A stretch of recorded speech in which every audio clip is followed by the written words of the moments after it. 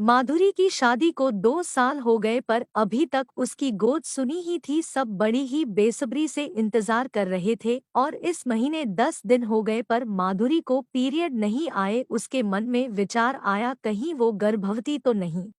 पर ऐसा पहले भी हो चुका है। सोचा और 10 दिन देख लेती हूँ, फिर घर पर ही चेक कर लूंगी। 10 दिन बाद उसने घर पर ही प्रेगनेंसी किट से चेक किया। उसका टेस्ट पॉजिटिव आया। वो बहुत ही खुश हुई, मानो पंख लग गए हो। समझ नहीं आ रहा था कि पहले किसको बताएं, अपने पति को, माँ को या सासू माँ को। सोचा पति देव सुमेर को सरप्राइज दिया जाए, इसलिए सबसे पहले अपनी माँ को फोन लगा के बताया। माँ बहुत खुश हुई क्योंकि माधुरी सबसे बड़ी थी घर में और उसके बाद छोटा भाई है, इसलिए घर में भाई के बाद अब कोई छोटा बच्चा आने वाला है। फिर अपनी सासू माँ को बता दिया। वो सब भी बहुत खुश हुए क्योंकि माधुरी की जेठानी के घर शादी के 5 सालों के बाद भी कोई बच्चा ना हुआ, इसलिए ये उनके घर पहला बच्चा आने वाला था। सासू माँ ने कहा हम परसों आ जाएंगे। माधुरी बहुत ही खुश थी। सोचा चलो कुछ दिन सासू माँ के साथ गांव चली जाऊंगी और फिर माँ के घर आराम से 6 से 7 महीने बिता के आऊंगी। अगले दिन फादर्स डे था। माधुरी ने सोचा अच्छा मौका है सुमेर को सरप्राइज देने का। उसने केक मंगाया, फिर डेकोरेशन किया, कुछ खिलौने भी मंगाए, सुमेर की पसंद का सारा खाना बनाया। शाम को जब सुमेर ऑफिस से आया उसके सामने केक था। वो समझ ना पाया फादर्स डे पर ये सब क्यों। फिर माधुरी ने शर्माते हुए कहा, अरे मेरे बुद्धू बलम, तुम पापा बनने वाले हो। Am pregnant? क्या सच में मधु? हाँ, तुमको कब पता चला? 2 दिन पहले, माधुरी ने कहा। मुझे बताया क्यों नहीं? अरे मैं तुमको सरप्राइज देना चाहती थी, बाकी घर में सबको पता है। माधुरी सुमेर को चिढ़ाते हुए कहा, अच्छा मैडम जी, हमको ही मत बताओ। सुमेर ने कहा, पर मैं बहुत ही खुश हूँ। बोलते हुए सुमेर ने माधुरी को गोद में उठा लिया। कल ही हम डॉक्टर के पास चलेंगे जांच के लिए, मैंने घर पर ही टेस्ट किया था। माधुरी ने कहा, हाँ कल मैं ऑफिस से छुट्टी ले लूंगा। और हाँ, आई एम प्रेग्नेंट। ये क्या है? वी आर प्रेग्नेंट कहो, माधुरी ने पूछा। ऐसा क्यों? सुमेर ने कहा, देखो माधुरी, मैं एक एक लम्हा तुम्हारे और अपने बच्चे के साथ रहना चाहता हूँ। इन पलों को महसूस करना चाहता हूँ। पूरे 9 महीने तुम ये पीड़ा सहती हो बच्चे के लिए, तो क्या मैं इसमें तुम्हारा साथ नहीं दे सकता? और क्या जिम्मेदारी माँ की ही होती है, पिता की भी तो होती है।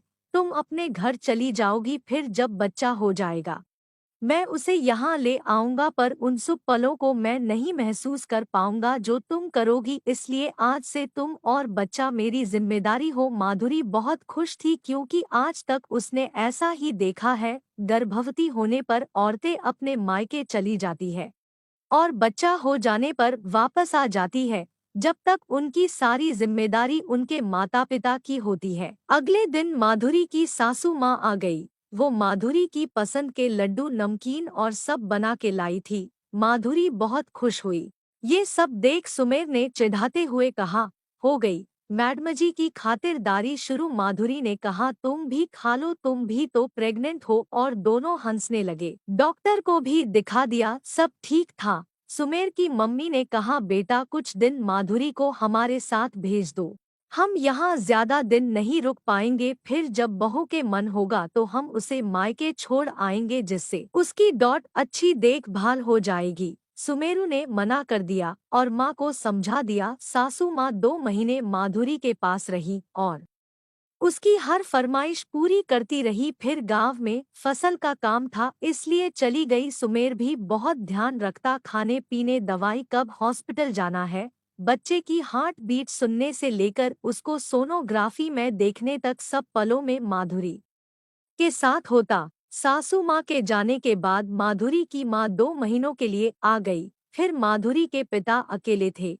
इसलिए माधुरी ने उनको भेज दिया, कहा कि आखिरी के महीनों में आ जाना। 4 महीने निकल गए। इन 4 महीनों में माधुरी की खाने पीने की हर इच्छा पूरी हो जाती थी।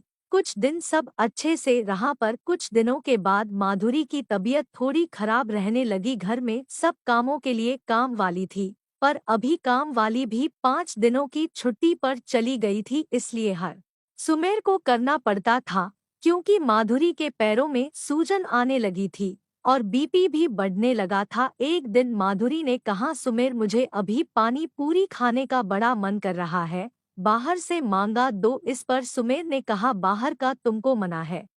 माधुरी ने कहा, खाना बनाने वाली नहीं आ रही, नहीं तो वो बना देती, अब का करूं, बहुत मन हो रहा है। सुमेर ने रेसिपी देखी और सामान लाया और पानी पूरी बना दी। माधुरी की इच्छा पूरी हो गई। सुमेर माधुरी की खुशी और इच्छाओं का बहुत ध्यान रखता, कभी पेट पर तकिया लगा के बोलता, देखो मैं भी प्रेग्नेंट हूँ, कभी उसकी नकल उतरता। माधुरी भी बहुत खुश थी। एक दिन रात को 2 बजे माधुरी ने सुमेर को आवाज लगाई। सुमेर हड़बड़ा के उठा, बोला, तुम ठीक तो हो? माधुरी बोली, सुमेर मुझे रसगुल्ले खाने का बड़ा मन हो रहा है, मैं क्या करूं? सुमेर ने कहा, अभी तो दुकान बंद हो गई है, हलवा बना देता हूं, उसी से काम चला लो। दोनों हंसने लगे। पर सुबह माधुरी के उठने के पहले रसगुल्ले उसके सामने हाजिर थे। सुमेर ने अपनी पहचान की एक आंटी से बनवाए थे। फिर माधुरी 7वें महीने में बड़ी धूमधाम के साथ गोद भराई हुई। सुमेर ने बहुत सारे फोटो लिए, वीडियो बनाए। उसके बाद कभी माँ तो कभी सासू माँ आ जाती माधुरी के पास। माधुरी का 9वां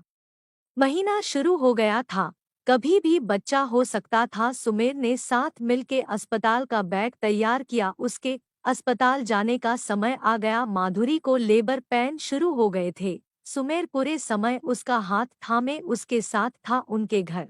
बेटा हुआ, सुमेर ने सबसे पहले गोद में लिया। उसकी आंखों में आंसू थे। उसने 9 महीने इस पल का इंतजार किया था। उसने वीडियो और फोटो भी लिए। जब माधुरी को होश आया, उसने उसे सब दिखाए। माधुरी बहुत खुश थी कि सुमेर जैसा पति उसे मिला, जिसने हर समय उसका साथ दिया। सुमेर ने घर ऑफिस सारी जिम्मेदारी को बखूबी निभाया। वीडियो को लाइक कर दीजिए और इसी तरह की कहानियाँ रोजाना देखने के लिए चैनल को सब्सक्राइब करके घंटी के बटन को दबाकर ऑल पर सेट कर लीजिए, ताकि आने वाली वीडियो का नोटिफिकेशन आपके पास सबसे पहले पहुँचे। मैं मिलता हूँ आपसे अगली वीडियो में, तब तक के लिए धन्यवाद।